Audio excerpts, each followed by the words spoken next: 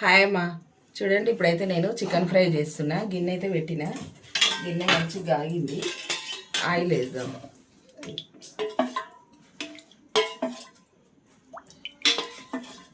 Fry కదా, కొంచెం oil ఎక్కువనే పడుతుంది.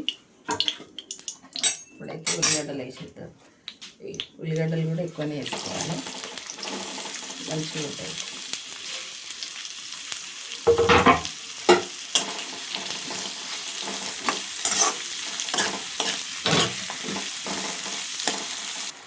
చూడండి, ఇప్పుడైతే పుదీనా వేద్దాము. పుదీనా మంచిగా సన్నగా కట్ చేసి వేసేద్దాం.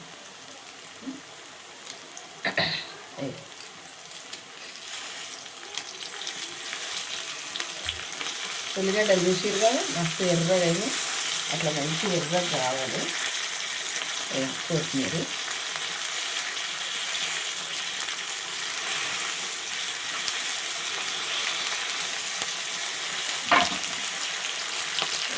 కలమాకి అన్నీ మంచిగా కలుపుదాము.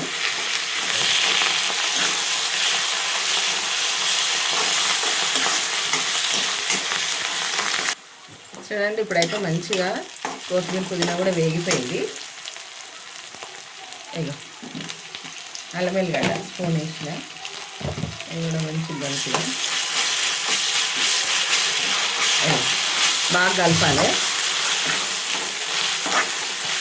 ఇట్లా.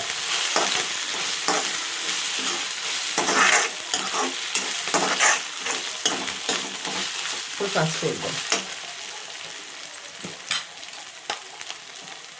పసుపు వేసిన,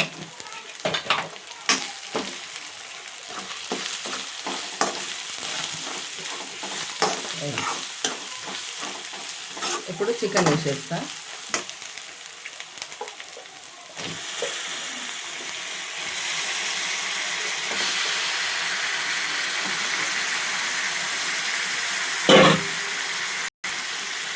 మంచిగా కలుపుతాను ఇట్లా.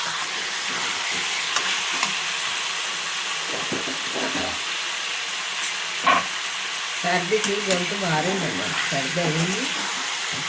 ఇట్లా మంచిగా కలపాలి.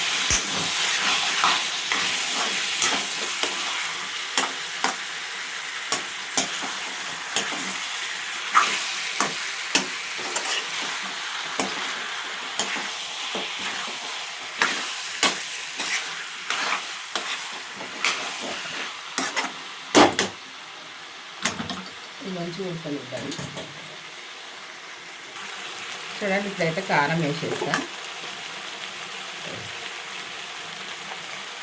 ఇది రెడ్ కారం, ఇళ్ళకు కొంచెం రెడ్గా ఉంటే బాగుంటుంది. ఫ్రై కదా, అందుకని కారం మార్చిన ఒక స్పూన్ కొంచెం వేసి.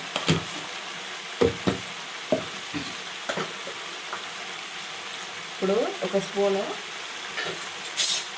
కొబ్బరి పొడి వేస్తుంది. కొబ్బరి పొడి ఒక స్పూన్.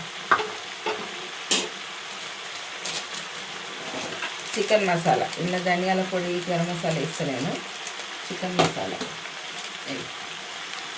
ఒక 5 రూపీస్ ఉంటుంది కదా, అదొకటి.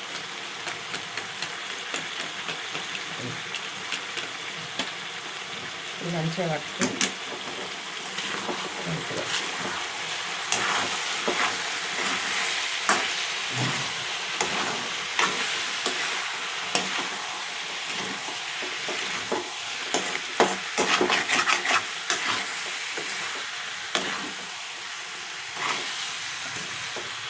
ఇట్లా ఫ్రై చేసుకుంటే చాలా బాగుంటుందమ్మా.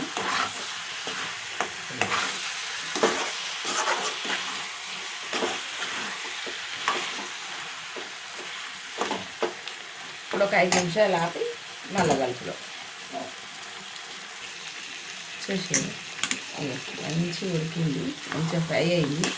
అయ్యో ముక్క కూడా మంచిగా గట్టిగా బాగుంటుంది టేస్ట్.